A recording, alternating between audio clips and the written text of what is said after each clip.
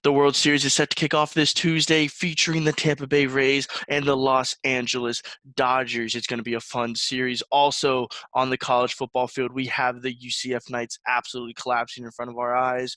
Can't forget about Nick Saban and the Crimson Tide rolling through the Georgia Bulldogs. And we'll look at the NFL, where we got some exciting matches. We had Brady versus Rodgers, with Brady in a new uniform. And we also have the Eagles and Ravens, where the Eagles are just a complete dumpster fire. Hitting the field starts now.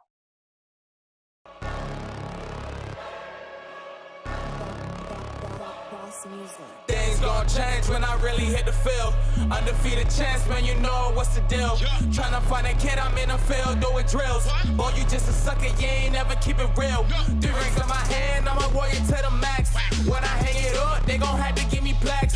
Step up in the building and I only bring the facts. When I make a highlight, they gon' replay, run it back. Okay, always locked in, now I don't got time to lax.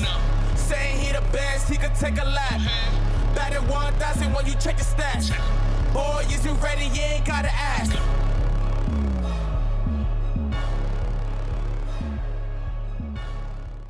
And welcome to this episode of Hitting the Field. I am glad to be joined by the host of Take Me Out to the Podcast, Johnny Jackson. Johnny, how are you doing today? I'm doing great. Dodgers squeaked out a close one yesterday, but I'm excited for tomorrow. And I got who I would say is the HDF vet now. We got Alex Funderburke back again. Alex, welcome back. How are you doing? I'm doing great, Jaret. Thanks for having me on. How are you? I'm doing great. Great weekend of sports. And, nothing like watching Atlanta sports choke a 3-1 lead. Am I right? Let's jump right into it, though. The World Series is set to kick off on Tuesday after the Dodgers took down the Atlanta Braves in Game 7 after coming back from a 3-1 series. We'll just quickly start with you, Johnny. What did you think of the Dodgers' comeback in that series? I'll be honest, I didn't think they were going to do it. I really thought the Dodgers season was over. And if Mike Soroka hadn't have torn his Achilles, it might have been in 5 or 6 games. After that statement win in Game 3, Dave Roberts pulled to Dave Roberts, left Kershaw in way too long in Game 4. And after that, 3-1, I thought it was done. Alex, just quick thoughts on the Dodgers in that series. I mean, I said it on Johnny's podcast. I said the most Atlanta thing ever would be if they blew a 3-1 lead. And sure enough, the Dodgers tried to Dodger and choke in the playoffs, but Atlanta harder than the Dodgers dodgered. That's fair enough. I mean, I have to say it, though. We had the best moment in sporting history where Will Smith hit a home run off of Will Smith. That was awesome. That truly was awesome. That was really cool. One of the coolest things I've ever seen in sports. But on the other side of the bracket, the Tampa Bay Rays took down the Astros in Game 7 after they almost blew a 3-0 lead, which I was like, talk about Tampa Bay sports. That would have been pretty funny to see. But the Rays now meet up with the Dodgers in the World Series. Alex, I'm going to kick it off with you. What, when you see this matchup, is the first thing that you're interested in? Will Randy Arozarena stay being the hottest man on the planet? I mean, this dude has been insane. So far in the playoffs, he's hitting .321. With an OPS of 1.152. I don't understand why teams are even pitching to him at this point. He's an instant walk whenever he steps to the plate. But if he can keep it going, I think the Rays have a shot. I for sure would agree with that. Johnny, first thing that catches your eye in this matchup? Honestly, that Buehler can't pitch until Game 3. He's been the Dodgers' best big game pitcher. And because the National League has one less off day before the World Series than the American League, which is just kind of weird, he's lined up. He can't pitch Game 2. He'll be on a day less of rest, especially that blister. I don't think Roberts is dumb enough to risk that. Plus, you got Kershaw going Game 1. Kershaw profiles very well against the Rays, just with the shape of his breaking ball, the speed of his breaking ball, and just the command that he's shown over the season. Buehler's lined up, at least he'll have a little bit extra rest for Game 3, then he'll be on the standard 4 days of rest for a possible Game 7. Well, I think something to note here, too. I mean, you're talking about the pitching, but I want to talk about the batting side. I think the Dodgers have some of the hottest bats in baseball right now, and I would say the hottest bat in Corey Seager. I quickly want to talk about Corey Seager and his performance so far, especially in that championship series. Alex, what's impressed you the most about Corey Seager? So rookie year, he was a stud. Everyone loved him, like future superstar, and he kind of tapered off. But now we're finally seeing it again. This dude is a star. Like, He's one of the Dodgers' best players, and you don't really hear about him much anymore. It was really cool to see him pop off in the NLCS. If he can keep it going in the World Series, I think the Dodgers win easily. I would agree with that. Johnny, a little homer, a little Dodger bias here. But, Corey Seager's been very impressive this last series. Corsi has been very impressive for his entire career. I mean, really the only down spot was when he had one working elbow in 2018, came back 2019. Very underrated season with the bat. Wasn't quite all the way back there with the arm strength, but this year he's back. He's firing on all cylinders. He has a very aggressive approach, sees the fewest pitches per plate appearance of any hitter in baseball, period. And he went 0 for 5 yesterday, but 3 of those balls were, I think, over 95 miles an hour. Just absolutely insane. Yeah, no, I would agree. And sometimes, baseball, as you say, you go 3 out of 10, you're a Hall of Famer. You go 0 for 5. Hey, you know what? You put your team in the position to even be in that Game 7. So props to him. Alex, I want to look on the flip side. We're going to go down batting. Which is the most impressive bat you think on the Rays side? So outside of Randy Rosarina, because I think that's everyone's, I would look for Brendan Lowe. He's been quiet all playoffs. He was a borderline Rookie of the Year candidate last year. Picked it up this year. Is a star in the making. If he can get his bat going in the World Series, that'd be really fun to see because he's been a stud all season long. Has been very quiet in the playoffs so far. So look for him to pick it up. Johnny, which bat are you looking for to step up for the Rays? Honestly, Ji-Man Choi against righties. The Dodgers have Buehler, Gonsolin, May. Most of their elite relievers are right-handers in Trinan, Kenley, Joe Kelly. Choi hits very well against righties, does not hit great against lefties. He doesn't really start versus lefties at this point in his career, but he mashes the baseball. One of the most electric players to watch. Jared, I know you weren't there, but ALDS Game 4 last year, it's the entire, 10 people that were in Rays Stadium for that Game 4 just chanting his name. One of the most electric players in baseball. I want him to do well, and I want the Dodgers to win. No, I would agree. I mean, he's a fun player to watch. Who doesn't like watching big guys hit? But something else I want to highlight here, we're talking about some bats all the way around. Let's talk about the experience. The Dodgers have been here countless numbers of times, and they have fallen short to cheaters countless numbers of times. It's going to be their 3rd World Series in the last 4 years. How do they get it done this year, Alex? How do they finally capture glory? Dog pile on the mound, and we don't get a crying Kershaw meme. Kershaw's got to get over the hump. If Kershaw can be regular season Clayton Kershaw, the Dodgers win this World Series. If he can go out Game 1 and just dominate and be the Clayton Kershaw we saw in the wild card round against the Brewers, the Rays got no shot. But if Kershaw comes out looking like he did in the 6th inning the other night, there's going to be some trouble.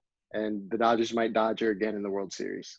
The Dodgers might Dodger again in the World Series. I hope not, for Johnny's sake, because I've had to witness it too many times and I feel bad for him.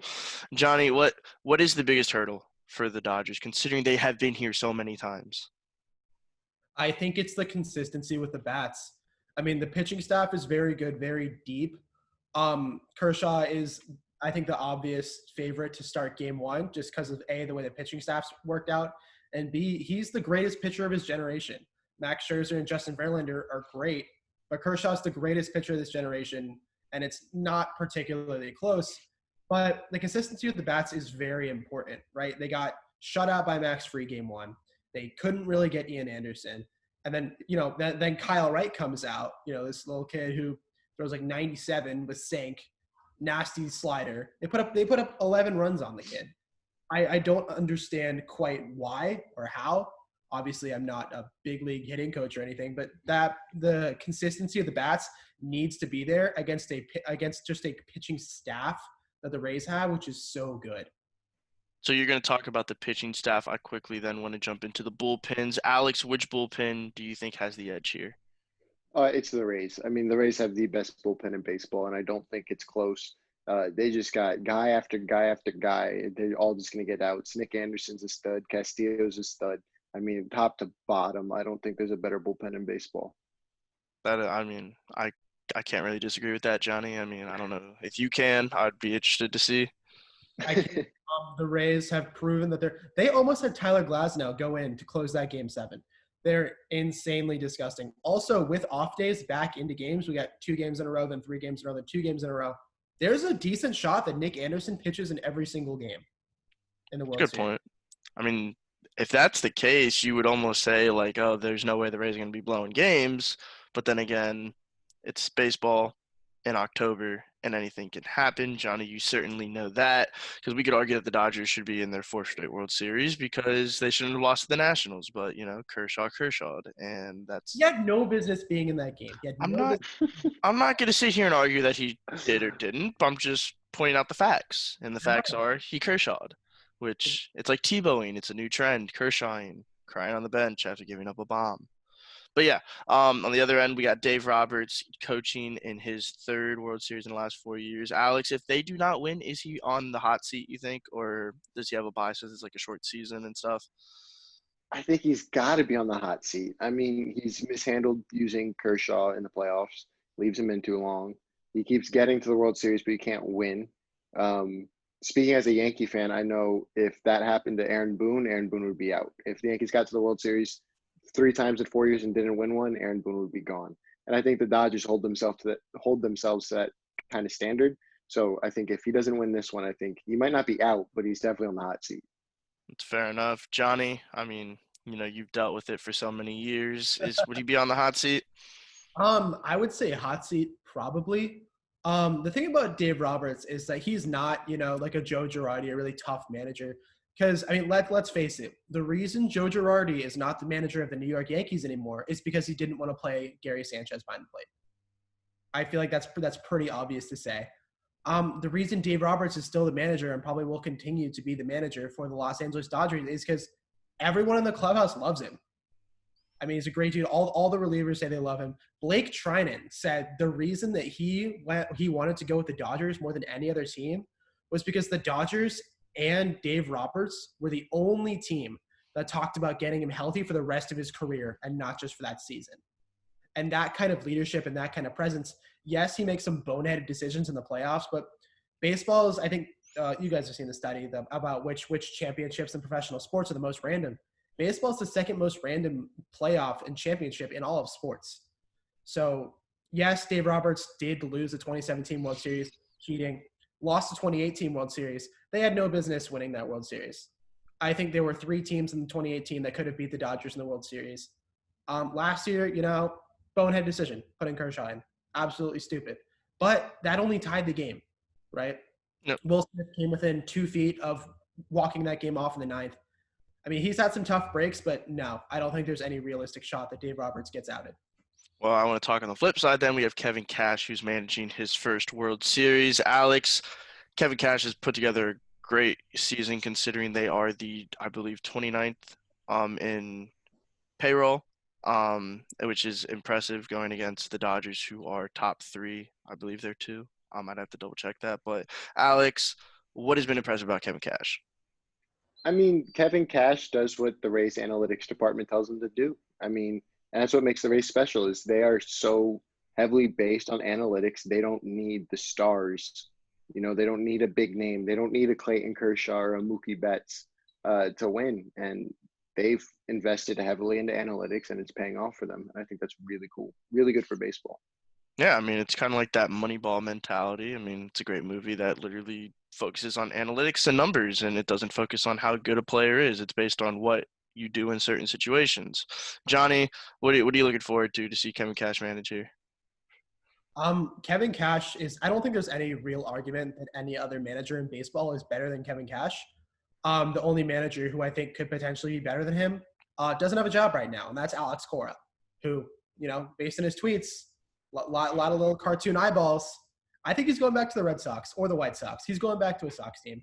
But Kevin Cash, best manager in baseball, he sticks to the plan. He says he doesn't let gut feel change his mind because a pitcher's only dealing until he's not. We saw that with Zach Greinke in Game 7 last year. We've seen it with countless pitchers over the years. We've seen it in this playoffs. A pitcher's only dealing until he gives up that one home run that either ties the game or loses the game for his team. And Kevin Cash is determined to not let that happen. It's a good point. I mean, we've seen it plenty of times. Matt Harvey was let in there too long, gave up a bomb. I mean, Kershaw's been left in too long. Greinke, again, we had Garrett Cole, who was arguably the best pitcher in the postseason last year, who didn't even see the field in Game 7, which, again, yeah, Greinke's dealing, but your best pitcher is ready to go. So I would agree. Kevin Cash has done a good job of making sure that disaster does not happen. I mean, granted, it almost did happen by even getting to Game 7, but they managed and they pushed past it. Also, I can't rely on social media too heavy because Trevor Bauer is pitching for every team next year, according to Twitter. So, I mean, can we really trust it? But overall, let's just go down the line. Hitting, who do we give the edge to? Dodgers or Rays? Johnny? Dodgers. Dodgers. Alex? Dodgers. Dodgers. All right. Starting pitching, Johnny, Dodgers or Rays? Starting pitching, Dodgers. Starting pitching, Alex? I'm going Dodgers too. Dodgers. All right. Now, relief pitching, I think we're all going to agree that it's Rays. Yep. Rays. All right. Now, from the fielding side, who has the better defensive team? We haven't talked much about this. Alex, quickly break down. Who do you think has the better defensive team? I'm going to go with the Dodgers just because Mookie Betts is there, and Mookie Betts seems to catch anything that's hit within 500 feet of him. But no, I think the Rays are it's definitely a coin flip. The Rays have a great defense too. I mean, throughout the ALCS, they were just making play after play after play. But I'm going to give the edge to the Dodgers just because of Mookie Betts. Johnny?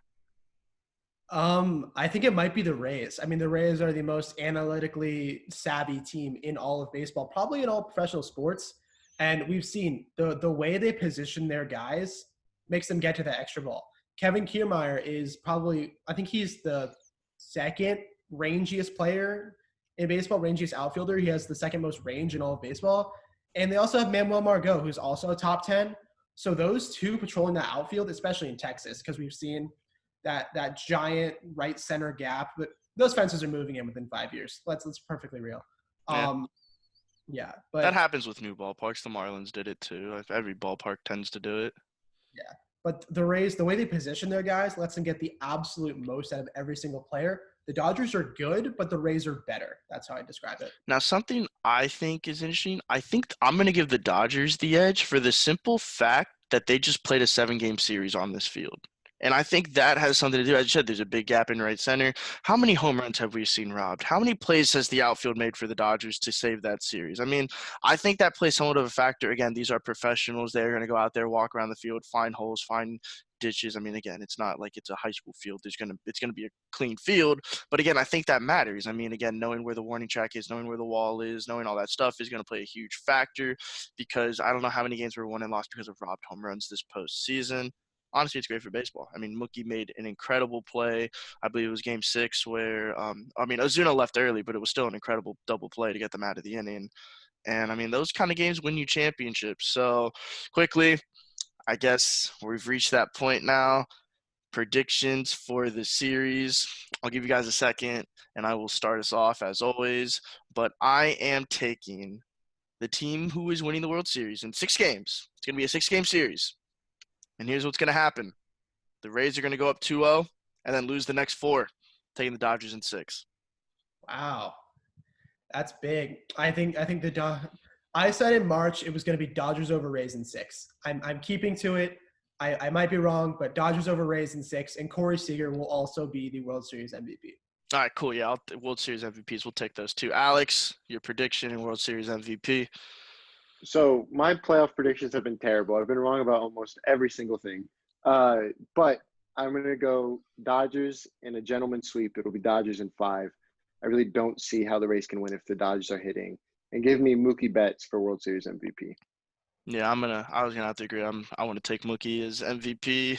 Something else that's interesting, just real quick. I saw it because David Price was tweeting. Imagine if David Price was pitching for the Dodgers this season. I don't think we'd even be talking about like this World Series. I think the Dodgers probably would have swept or 5-game series the Braves. I mean, it's a big arm that they paid a lot for in the offseason that wasn't with them this season, and they're still successful. So that means next year they're going to be even better. I mean, I would think. I mean, yeah, and like you mentioned that it's kind of just like LOL at the Red Sox because you trade the second best player in baseball, David Price, and you turn down Brusdar Graterol. So, like, geez. GG's all around. You heard it from Alex. As we said, the World Series kicks off tomorrow night. It's going to be a fun series. But thank you guys so much for joining me today to talk about the World Series. And hey, you know what? Maybe when it's done in 2 weeks, we'll have you both back on here and we'll, little MLB breakdown season, talk about the awards and all that. But for now, we're going to go to commercial break. And when we come back, we're going to talk about college and NFL. Stay with us.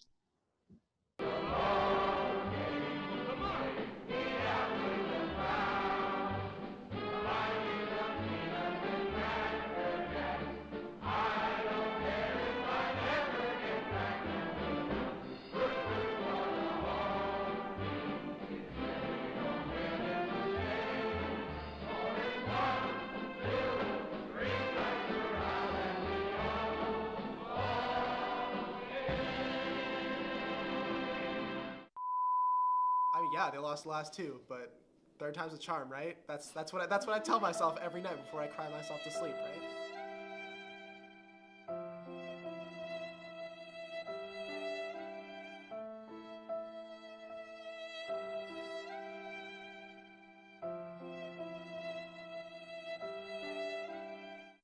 Definitely.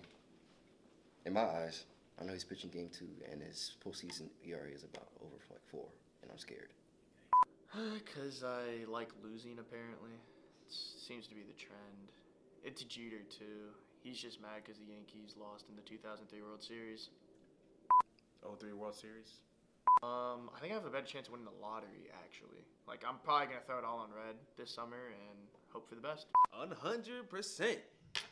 And they're better than the Houston Astros. The Trastros? Honestly, Justin Verlander is the second coming of our Lord and Savior, Jesus Christ. He is a god. I would go straight for Kate Upton. I don't know. We didn't give him enough. Should have given him $500 million. Let's go, Yankees. The Yankees will not lose. Let's be clear. Best team in baseball ever. Welcome back to Hitting the Field. I am now joined by Quentin Rodriguez, a.k.a. Q. Welcome to the show, bud. How you doing? No, I'm doing good, man. Thank you for having me. And I'm just ready to talk some football. Yes, I am too, because it was a great weekend of football. I mean, I don't even know where to start other than our own backyard where the UCF Knights once again collapsed right in front of our eyes. After leading by more than 2 touchdowns, they end up losing the game by 1 to the Memphis Tigers, 50-49. Q, I know you cover them. What were your just initial thoughts on that disaster of a performance? Oh, man. Well, I mean, you started it off. I mean, they just collapsed. Just another fourth quarter meltdown right in front of our eyes. I mean, at one point, this game was 35-14. The Knights fully had control of this game, and then they just kept allowing Memphis to kind of creep their way back in. Like, if you look at the defense allowed almost 800 yards, which is absolutely atrocious. And if you look at our offense, I have no complaints, literally. Like, you see these boys apologizing on Twitter, but that's not the fact. It was really the defense that let us down. Like, if we look at Dylan Gabriel's numbers, this man had a field day against Memphis, an excellent bounce back game. Yes, bro, totally. So this man had 601 yards, 5 touchdowns, and 0 turnovers. So it was definitely great to see him bounce back from the Tulsa loss. And we had 3 wide receivers go for over 170 yards. Marlon Williams had an 85-yard receiving touchdown, and Ryan O'Keefe, oh my goodness, the speed on that man. He had a 93-yard touchdown. He took a little screen pass all the way to the house. And it's just like, you can't continue to put up those numbers and have your defense just not perform. I mean, I do understand that we are out 2 all-conference players at the cornerback position with Brandon Moore as well as Tay Gowan, who opted out for COVID because of obvious reasons. We did have Amari Maxwell in there who did play a little bit better, but I feel like Memphis really did exploit the matchup of Corey Thornton, number 14. He's a true freshman, you know what I mean? So Calvin Austin was eating on him. He had over 150 yards, and it's just frustrating to see the same things happening just time and time after again. I'm not really sure if it's personnel at this point. Like, a lot of people were getting upset because the kicker didn't make it at the end. But I don't understand that. I really don't. That game should not have come down to a field goal. 100%. Yes, sir. 100%. If you think about it, we even had two opportunities when we had the ball on fourth down and we elected to not go for three, and we didn't actually end up converting on those fourth downs either. So if you think about that, that's the extra 6 points that the Knights could have had in their pocket. So just time and time again, coaching adjustments, mistakes on the defensive side. And if we look at the Knights now, I mean, we are 12-6 within our last 18 games, which is certainly a big drop off from where we were from 2017 to 2018. And I don't know. I feel like Josh Heupel might be the common denominator in this instance, but let's kind of, let's maybe pump the brakes on that a little bit. We need to see a little bit more. We still have some big conference games coming up, especially against Tulane and Cincinnati. But I feel like if we have 3 losses, or maybe even have more, such as 4, I think we might have to start looking at some of the members of this coaching staff, because the players. I'm ready to start looking right now. I mean, there's no reason that Josh Heupel and Randy Shannon should have even been on the team flight, team bus. However they decided to get to Memphis, they should not have been on the same transportation method home. They should have been taking Greyhound buses back to UCF, because that's abysmal. I mean, Randy Shannon, I said the moment he was hired, I said, this is one of the worst hires ever, and it's going to show. And everyone's like, no, Randy Shannon, he coached at UM. Oh, he coached at Florida. Like, oh, it's going to be really good for the team. I'm like, absolutely not. I've seen the defenses he's worked with. Not good. And then Josh Heupel, I mean, offensive-minded coach. I'm like, you know what? It's going to be great. But then I realized he has no trust in his quarterback. He doesn't know how to play call. We go 3 and out with 3 minutes left in the game. Why? Yes. Why? Yeah. What is the play call? Slow it down. Run the ball. Read option. One of the best plays in the playbook. Like, I'm down to start pointing fingers. No, I mean, yeah, and then I definitely hear frustration on that. I mean, like, coaching, like you said, within the last 3 minutes was absolutely abysmal, and it's even more heartbreaking because we had the opportunity, like, Dylan Gabriel was able to respond, he was able to take us down, but then again, like, back to my point, you can't blame the field goal all on that kid. Absolutely. And then not. on top of that, like, it's discipline again. I mean, we've seen it in our last 2 losses. I mean, even against ECU, the penalties reared their ugly head. They came back again. Then if you look at it, I mean, we have players arguing on the sideline. I'm not really sure what was said or whatnot, but that again comes back to discipline and coaching. So Heupel might have to get looked at after this season. I just want to know the last time we lost a game putting up like nearly 800 yards. Like, any team, honestly, like, they're putting up 800 yards. You should win, but no. I feel bad for anyone that betted the under on this game, because this was nowhere close to the under. But yeah, I mean, we're gonna point fingers eventually. If they lose again this week, I think it's over for Heupel. Oh no, 100%. Especially home game. After coming back after 2 straight losses, UCF cannot afford to lose the next game against Tulane.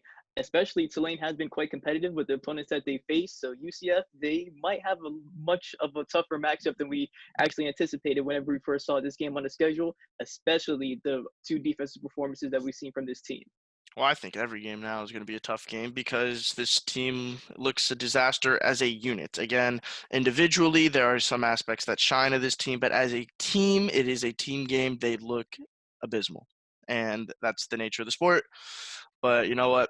I'll cut the Knights some slack. It's a short season, weird off season. Get it together, Heupel, because I want you gone, and I hope you're gone by the end of this season. But moving on over to the SEC, where we had 2 powerhouses face off, and a coach with COVID coach, I guess. I mean, I'm still confused on these protocols and all these bias that goes through. But Nick Saban took his Alabama Crimson Tide, and they defeated the Georgia Bulldogs with an amazing second-half performance. Q, what were your thoughts overall on that game? Yeah, I mean, like you said, it was just really a tale of 2 halves on both sides. I mean, if you look at it, Alabama was able to just pull away in that second half, and largely in part due to their offense. I mean, who would have thought that we've been saying that, 5 years ago, due to the defensive powerhouse Alabama has had on that type of the ball. But Mac Jones looked good. I mean, that man came in, threw for 417 yards, 4 touchdowns, and let's just give a hand up to Devontae Smith and Jalen Waddle. Both of those boys had over 160 yards, and I'm sorry to say it. Well, actually, I'm not apologizing. Alabama is wide receiver U. If you look at the type of products that have came out of there within the past few drafts, if you look at, obviously we know Henry Ruggs, Jerry Jeudy, we have the young boys now who actually came back to school, Devontae Smith and Jalen Waddle, who we just mentioned. I know that LSU might have something to say about that, but I totally think that Alabama, they just have playmakers, which is making Mac Jones' job so much easier. And then we saw in that second half, once they get the lead, they're going to go to that ground and pound game with good old Najee Harris. We all know what he could do. Very physical type of back. also could catch some passes out of the backfield. But we could see that towards the latter part of the game, that their defense was getting shake up. They didn't want to really tackle Najee Harris. I mean, that man had 31 carries for 152 yards. That's gonna have any defense gashed. Bennett looked good early. He was able to attack some of the younger cornerbacks on Alabama. I know that he did have a big touchdown, a deep touchdown pass that was over 70 yards, I believe. So he was able to take his shots. But even though he did play well, despite that fact, it was just the turnovers. I do understand that some of them were a little bit fluky.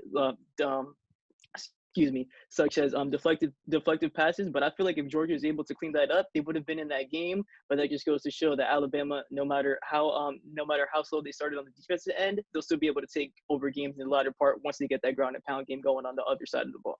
I mean, Najee Harris looked like he was channeling his inner Derrick Henry that game. I mean, workhorse just pounding and pounding up the middle. I think John Whitley had tweeted it that Najee Harris was the best running back that Alabama produced and is going to produce in the NFL. And I'm like, it could very well be. He had a stellar game. I mean, 31 carries in a college game is very unheard of, but the fact that it was just constant gains of yardage, and that's what matters in the sport. Also, Jalen Waddle, how fast is that guy? Oh. Yeah, Jalen Waddle, man. I would love to see him. I mean, a little bit of a personal bias. I would love to see him in the Philadelphia Eagles uniform, man. We could definitely use that speed on the outside. And it's just so insane because, like I mentioned from before, like within 29, like from 2019 to now, Alabama's going to have 4 first-round wide receivers taken, no ifs, ands, or buts. And it's just insane. And I know how we just mentioned Derrick Henry was on Alabama. They might be RBU, too, if you think about it, because they have Najee Harris. Mark Ingram was there before. Derrick Henry, we all know what that man's doing in the league now. So Alabama, like, they've been producing, especially offensive talent, and it's just crazy. That's the power of Nick Saban, I guess, who does his recruiting. And quickly, I just want to touch on that. What's up with these COVID rules? I'm really confused. So Nick Saban's allowed to coach because he gets a bunch of negative tests. Like, I don't care personally because I'm not at the game, but, like, where is the consistency here? Definitely. No, I mean, I do agree with that because I feel like Mark Norvell's situation was a little bit different. I believe he had to step away from the team for an excess of 10 days. And Saban, it just seemed like he got his test on either Tuesday or Wednesday, I believe. And then they tested him three times, came back positive. He was able to go ahead and coach. I don't know. I mean, maybe it's a little bit of an SEC bias, but let's maybe pump the brakes on that a little bit, but maybe, it could have been a false positive question It could mark. be. Okay. It could have been a false positive, but I do agree with you, Jaret. It did seem a little bit weird on how that series of events unfolded, but hey, I mean, I know Alabama was definitely happy about it. Yeah, no, I would agree with that. So let's jump over from the college pitch over to the NFL pitch. I know we're talking in soccer terms, football, it's all universal. We had a very intriguing matchup on paper, which did not turn out to be an intriguing matchup in person. The Tampa Bay Buccaneers and Tom Brady absolutely destroyed Aaron Rodgers and the Green Bay Packers. That game was not even close. Aaron Rodgers not only let me down in fantasy, but he let me down in real life. That was very disappointing to watch. Brady and the Bucs look pretty good, I'd have to say. What were your thoughts? Oh, yeah, definitely. Yes, sir. Like, I know that usually within these type of matchups, Rodgers versus Brady, we all get caught up and enamored with the quarterback matchup. But then again, we have to realize that these two players both play offense and they don't exactly play each other.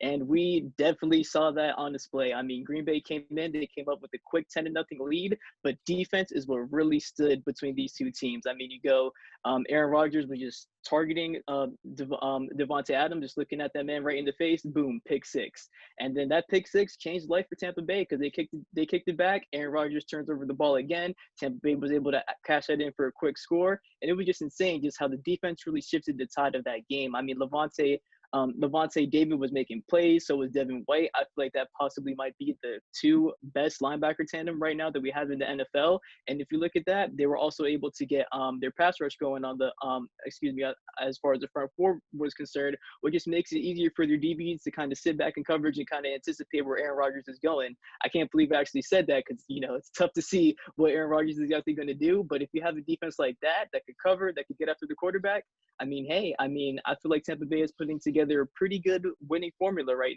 now they're able to run the ball. Ronald Jones has on this season, he's averaging over 5 yards a pop, which is extremely tremendous. And then whenever he gets a little bit tired, they can maybe spell him in with Leonard Fournette.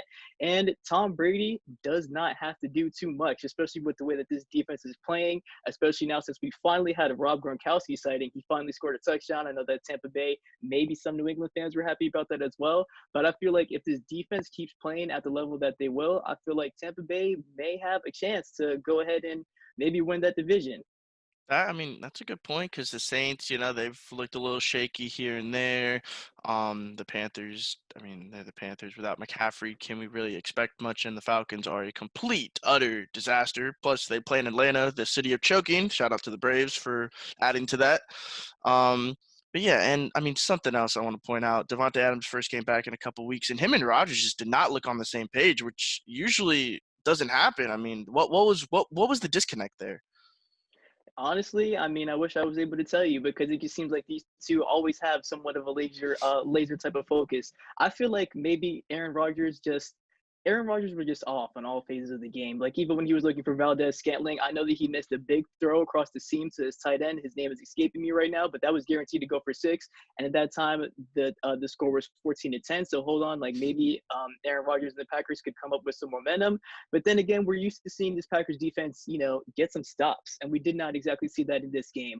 We know that the Smiths on the front line, they aren't exactly having quite the season that they had last year. Like Brady was almost untouched. If you look at Tom Brady's white jersey, completely clean. Aaron Rodgers' green jersey, covered in the gridiron. Yeah. It wasn't looking too good. He was getting hit. He was getting after it. And I feel like that's the way to really beat Aaron Rodgers. If you're able to pressure him, then he's going to get off of his spot, going to maybe kind of look for Devontae Adams a little bit too much because Marquez Valdez-Scantling is a good receiver, but is he really a certified top 2 type of receiver whenever you need a catch, whenever Devontae Adams isn't exactly open?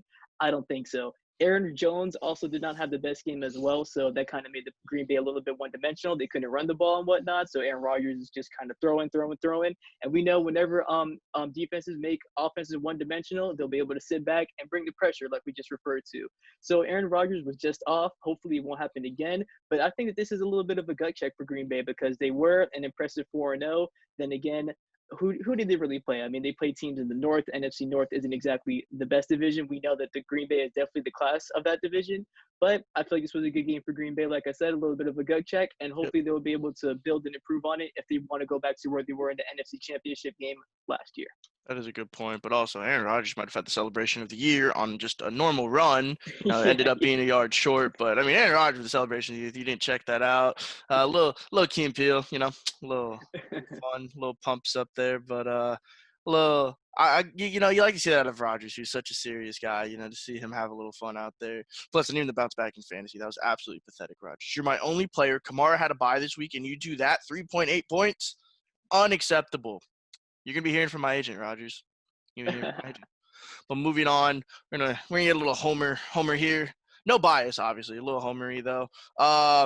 With the Philadelphia Eagles, who now fall to 1-4-1 on the season after I want to say losing, but they should have. I didn't expect this game to be close, but the Baltimore Ravens took down the Philadelphia Eagles 30-28. If you didn't watch the game, it came down to a 2-point conversion in the end, which, again, questionable play call, very questionable read option with Boston Scott because Miles Sanders got hurt. Q, I'll just let you take the floor on this, but I'll just say they're a disaster right now. They are just a utter disaster. Oh, man, I think I may need to grab my tissues out of my tissue box before I start this segment, man. But it's just the Philadelphia Eagles, man. I mean, this team is a dumpster fire. I mean, it really pains my soul to say it, but they're just not playing good football. It's just like, how many moral victories can we have at the end of the day? Because I feel like last week, we started coming back against Pittsburgh. This week we started coming back against Baltimore, and everyone on Twitter keeps saying, oh, have hope. But this team needs to start resulting in wins. I mean, I do understand that the NFC East is absolutely abysmal, but we only have one win within the first 6 games of the season. That is not going to cut it. If you look at the Eagles offense, completely injured. Carson Wentz and Jason Kelce are literally the only 2 remaining starters on this offense. And quite frankly, that's not good. The offensive line is an absolute mess. Wentz is currently ranked second most in sacks, right behind Joe Burrow. We know Cincinnati, their offensive line is not very good. Eagles' offensive line has had 5 different starting lineups within the first 6 games. That's not exactly the recipe for success. And like we said, they only had 2 starters besides Carson Wentz and Jason Kelsey. So it's right back to 2019, thrown to a bunch of practice squad guys. I do understand that Travis Fulgham has had quite the emergence. He has played very well. He's pretty much is the Philadelphia Eagles' top receiver right now. He is the first Philadelphia Eagles player to have 3 touchdowns within their first 3 games since Terrell Owens. So that should be saying something. I'm not going to say that he's going to be a DeAndre Hopkins type or anything like that, but he's definitely a serviceable option for what we have now. Yep. But the Philadelphia Eagles, like I said, kind of harping a little bit back on the moral victory type of deal, they were never really out of the game. Baltimore had the assumption that they were. I mean, they just kept on bringing the pressure, bringing the blitz, but Carson Wentz was able to go ahead and put whatever team he had on his back and play until the clock said 0-0.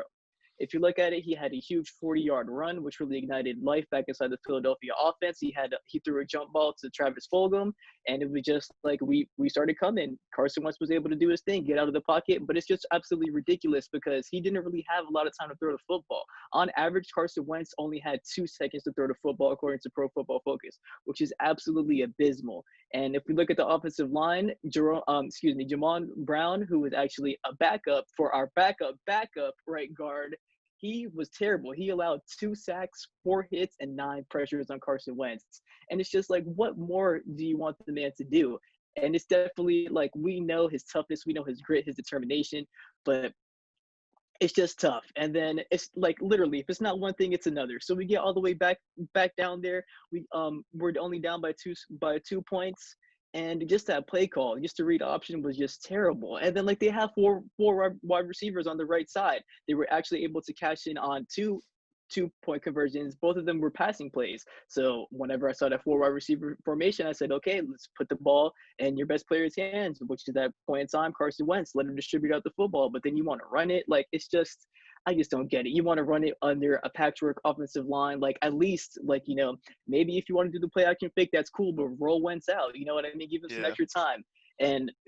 But then again, it should not have came down to that final 2-point conversion. If you think about it, in the first quarter, on the first third down of the game, John Hightower dropped a bomb that was gonna potentially be, not even potentially, I'm just gonna say it. There was no one even in the vicinity of that man. It was gonna be a 93-yard touchdown. We also had another miss in the red zone where Miles Sanders flat out dropped the football in the actual end zone. So I know that was going for 6. So you think about it, the Philadelphia Eagles left at least 14 points on the board. And Baltimore Ravens, I mean, they are a good football team, but they go through Lamar Jackson. If Lamar They're Jackson not that good as people think. Exactly. And then exactly, Jaret. And they almost got beat by the Philadelphia Eagles. And that's saying something. And the thing is like, if you're able to make Lamar Jackson throw the football, the Baltimore Ravens will not have the best day. If you think about it, which clocked him in at 22 miles per hour, which is completely ridiculous, a 29-yard touchdown run. But besides that, I mean, he really wasn't getting anything else through the air. He had that little scramble play where he kind of had to improvise and throw it to his tight end for a touchdown. But the Philadelphia Eagles were able to keep contained of him. So that's just the thing. The Ravens go as Lamar Jackson goes, and we saw in that second half when they were forced to throw the football, they weren't exactly doing the best. Yeah. I mean, it happens, As I said, it's only 6 games. There's 10 left, and the NFC East is a dumpster fire. The best meme was 4 bags of trash, and there's just 1 gold bag of trash, and I was like, ha, it's the NFC East. I mean, no, they're all disaster. Unfortunately, the Eagles have come on the bad side of all these close games this season. They've been a great team to bet on because they've been so heavily underdogs, and they've seemed to be somehow covering these games. So, if you're into betting, might as well bet the Eagles to at least cover because they've been covering. But no, it's a disaster. I don't even know who half the receivers that Wentz has anymore. I have to look them up mid-game. I'm like, oh, who's this guy? Oh, undrafted. Oh, signed 2 weeks ago. Oh, he doesn't even play football. Like, it just goes to show you they're hurt. They're hurt. That's it. My mental. Yeah, seriously. Everything's hurt. Everything is hurt. It's just eternal pain as an Eagles fan. And then to your point, whenever whenever he scored that touchdown number 81, Wentz passed it to him, and me and my whole entire family looked at each other and we were like, Who's who? that? Like, who is this? Jason Kroom, look him up. Never heard of him. But yeah, that's the thing. 10 different receivers were targeted yesterday. I mean, Ertz is having a terrible season. He's hurt. Sanders is hurt. Doug Peterson is hurt, I guess. I don't know. Mate, just get the man ice cream. Get him ice cream. He likes ice cream. Yeah. I don't know. Yeah, that's the thing. Yeah, that's definitely the thing. The play calling was definitely questionable, as it was pretty much the whole entire season as far as Doug Peterson is concerned. And if the Eagles do not win the NFC East somehow, some way, I fully expect for either Howie Roseman or Doug Peterson to be out of a job by the end of 2020. That'd be interesting. That would be interesting because I don't know. The ring kind of, I think, keeps Doug safe. But you know what? It's the NFL. It's a business at the end of the day, and your past doesn't matter. It's about the present and the future. Q, I appreciate you so much for coming on the show today. For those of you that like to hear our bad takes, we have a little segment coming up where we just put together a bunch of bad takes, and it's a funny little segment. So I want you guys to check that out. And then when we come back, deliver a little rant, and that's gonna be it. But stay with us. I've already had a good week. This you gonna get an L, Sean. I've never been 0-2 in any fantasy league of records that I've been in, and it ain't gonna start this week. I promise you. Projections don't mean nothing. Come back next week when you catch another L, Nick, like you've been doubting my Nuggets, okay? Just get ready to catch another L. What you say? That you only meant well, 'cause you did. What you say? That it's all for the best, 'cause it is. What you say? That it's just what we need. You decided this. What you say? What did she say? I am absolutely flabbergasted and shocked, frankly, that the Rams are the underdogs. I say the Rams win at +2.5. It's not even close. Bet the house on the Rams. The Bills lose this one. I don't know why. It confuses me. I don't know. What you say? That you only meant well, 'cause you did. What you say?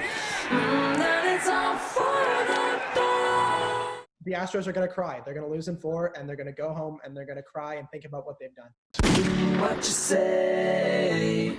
That you only meant well, 'cause you did. What you say? That it's all for the best. Okay, so that's wrong. And I'm going Marlins because why not? The Fish don't lose in the postseason. Represent. What you say? That you only meant well, 'cause you did. What you say? That it's all for the best, 'cause it is. And welcome back to Hitting the Field. I'm so glad you made it all the way to the rant. And yeah, it's going to be from my car today. But first off, before we start ranting, got to give a quick shout out to everyone that joined me on the show today. You know, Alex Funderburke, Johnny Jackson absolutely killed it with that MLB talk. Can't wait for this World Series. It's going to be a good one. I do think the Dodgers finally do get their ring and take this home. And then Q coming on to talk some football, college, and NFL. I mean, it's been a weird season. We got the Big Ten kicking off next weekend too, and the NFL, like, just a disaster. My fantasy season, utter disaster. I have like 3 leagues and combined for like 4 wins, so that's not good, but you know, hey, it happens. But yeah, time to rant. I don't really have much today other than I just want to talk about some memes in the sports world because they're kind of funny. Like, you know, the imposter, the Among Us ones. Like, there's an imposter Among Us, and it's like the Jets team. Like, one I saw, there are a lot about the Jets because the Jets are funny. But like, there's one where Adam Gase is like, "Oh, Bell's the imposter," and obviously we know Bell's not the imposter. But you know, they still voted him out, and then Gase is just sitting there chilling, like. There was one I saw this weekend, New York Jet highlights, and it's kicked off New York Jets logo, and then it said "Thanks for watching." I thought that was hilarious because the Jets are a disaster, which I guess that's what I've been ranting about. There've been some other good ones, like if 2020 was a football team, and you know, it showed like Georgia Tech getting absolutely destroyed by Clemson. The baseball one, the Fall Guys meme. where it was like the Braves trying to close out a series, and the Fall Guys character like jumped off the edge at the finish line. I was like, it's just funny. All classic memes. The meme game's strong right now. I love when Atlanta teams blow games because they all come back. And yeah, that's about all I got today for the meme world and the sports world. But you know what? It's been a great episode. Shout out to Hitting the Field so far. Hitting the Field Network's been an absolute success this season, and I'm looking forward for the rest of the season and what we have in store. But for now, that's going to wrap up this episode of Hitting the Field. Thank you guys so much for tuning in. And as always, this has been your host, Jaret Kappelman, and we will see you next week on Hitting the Field. See ya. When I really hit the field, undefeated chance, man, you know what's the deal. Tryna find a kid, I'm in the field doing drills. Boy, you just a sucker, you ain't never keep it real. 3 rings in my hand, I'm a warrior to the max. When I hang it up, they gon' have to give me plaques. Step up in the building and I only bring the facts. When I'm